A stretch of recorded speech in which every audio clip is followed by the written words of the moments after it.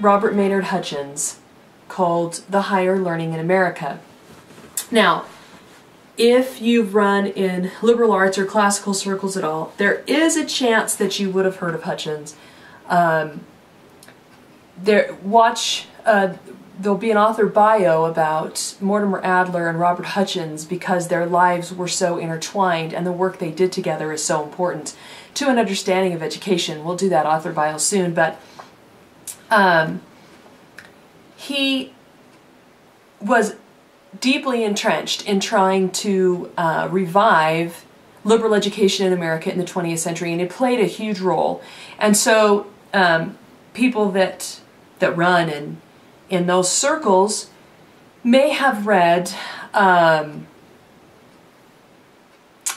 what is it called? The first book in the Great Book series is a book by him about the importance of liberal education.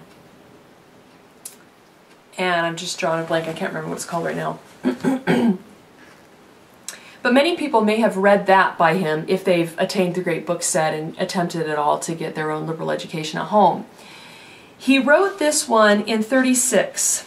So in 1929, at the ripe age of 30 years old, he was appointed the president of the University of Chicago. And if not the youngest, one of the very youngest university presidents that's ever been appointed. And so after some experiments with infusing liberal education into the university, in 36 he wrote Higher Learning in America to try to promote his thoughts and conclusions that he had come to and to influence other intellectuals and professors, that kind of thing. He does a great job of highlighting some of the principles of education, and that's what I love so much about him. It's not that I agree on every single tiny point, but I agree overall with most of what he says. One of the most valuable things in the book, actually, is the introduction. It gives a little bit of history of his experience in the battle for liberal education in the 20th century, and when we go through that author bio, I'll tell you a little bit about the history of liberal education in America, which will help make sense of his fight. John Dewey was a contemporary of him, and they were kind of arch enemies in the same way that Hayek and Keynes were. So this talks about that experience and what their leading belief systems were. And John Dewey's most famous and influential work is Democracy in Education. He was a very staunch humanist. I don't know exactly what Hutchins' theological, religious perspective might have been. I'm not absolutely positive if he believed in God or not, but he absolutely believed in metaphysics and in truth. And as a couple quotes I'll give in here that I'll quote will show you, his ideas were very opposed to Dewey's in many ways, although in Dewey's writings he was unclear many times about what it was he actually wanted to have happen.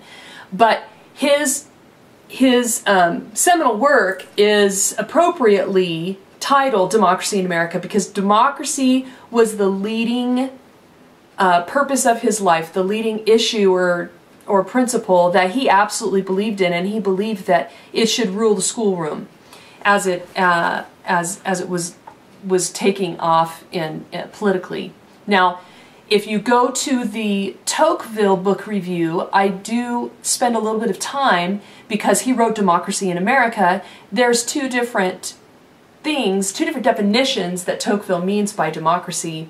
And I spent a little bit of time in that book review explaining the dynamic of what democracy has meant in American history and the two things that he means by that. For Dewey, it's largely the element of absolute equality all the time, which from an educational perspective in American history came to mean sameness in the schoolroom. That's how it was interpreted. And so this introduction is fabulous, and then and of course you can see it's not a very long read. It's 100 pages. You'll get through it very quickly. It's very easy to read, and for those of you who take issue with any of the programs or educational approaches wherever you live, then maybe you'll appreciate some of what Hutchins has to say. So early on in this first chapter, it's titled External Conditions, and because Dewey is someone that he's really trying to answer and speak to, and all his following and the movement that's going forward in the name of Dewey, he addresses this issue of democracy in education specifically. He says, he's talking about just education in our country. Our notion of democracy leads us to the view that everybody is entitled to the same amount and the same kind of education. And that's absolutely how it's played out since this was written, and now, 80 years ago, that we have just marched more and more down that path all throughout the West. My judgment is that we cannot expect students who leave at the end of the sophomore year to depart in peace unless that degree is conferred upon them at that time. He's talking about an associate's degree.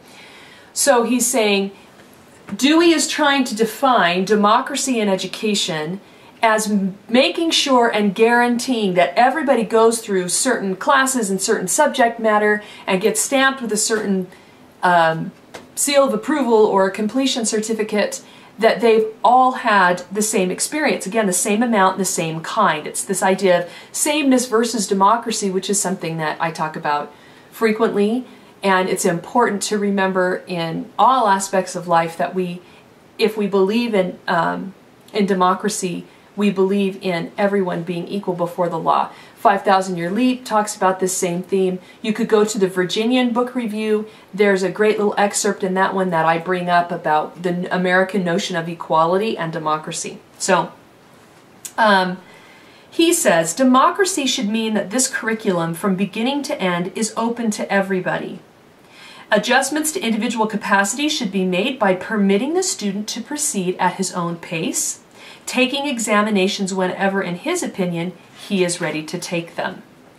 So then he goes on to talk about confusion about democratic control.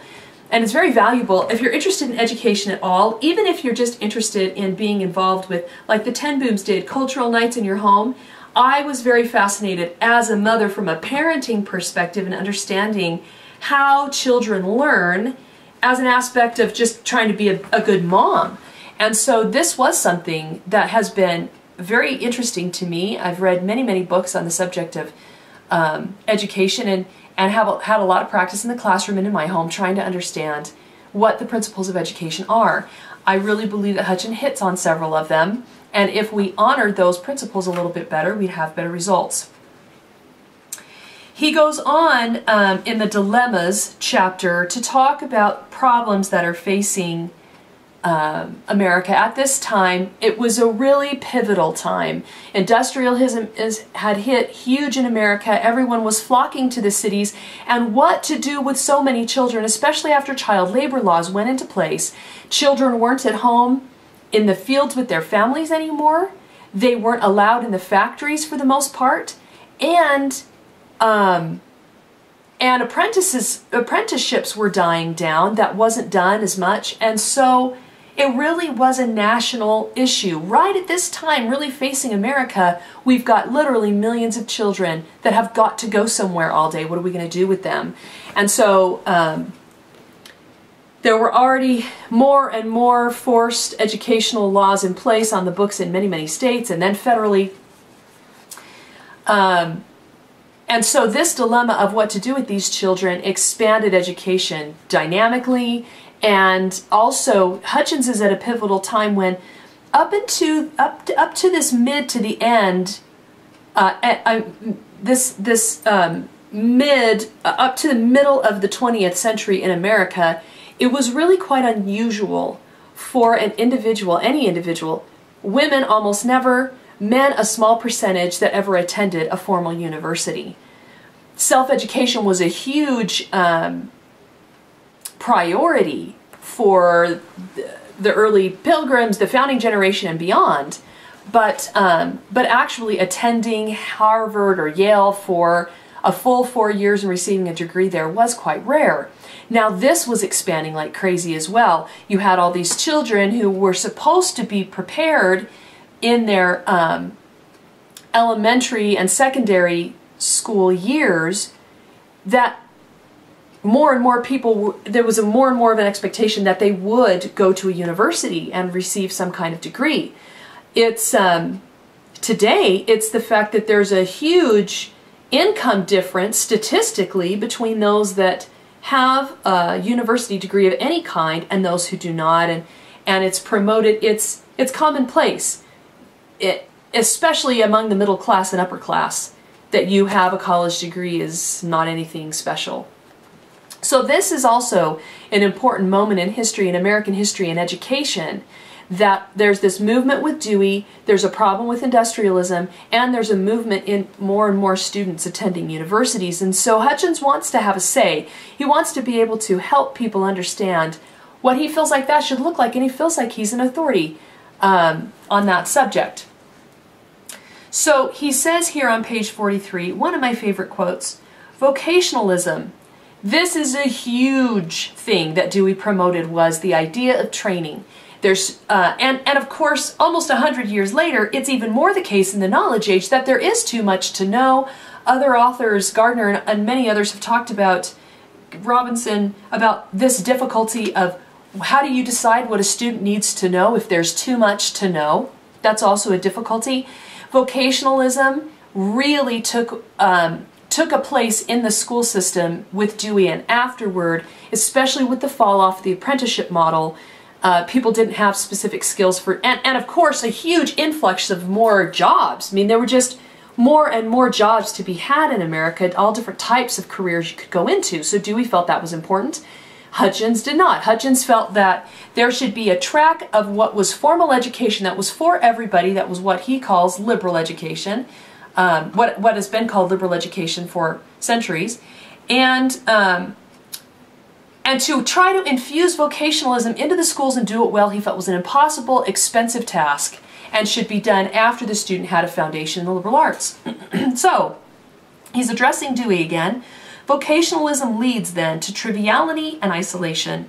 It debases the course of study and the staff.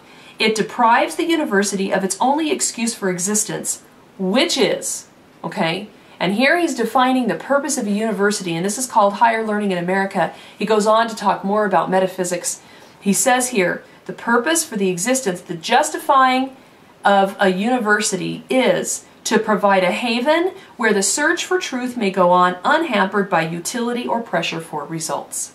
And he felt that in history that model had been perfected and there were specific and best ways to go about that. That model had fallen off at the end of the 19th century in America, and he wanted to make sure it was maintained.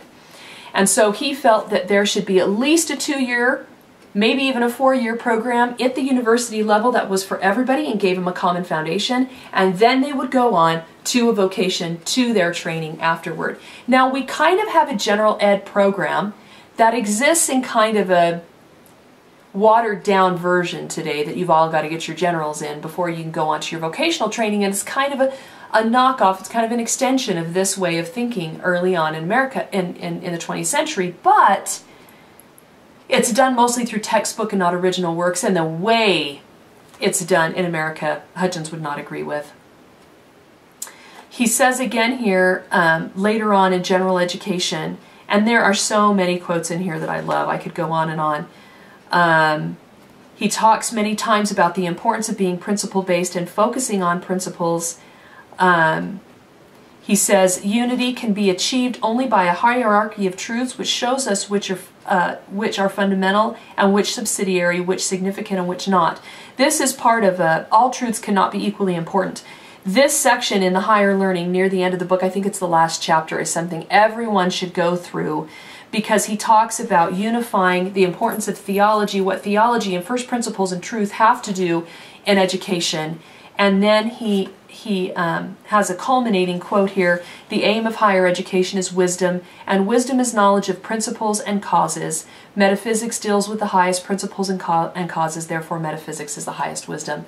So he makes the case here for principles and truth and even theology as an important role in the school systems.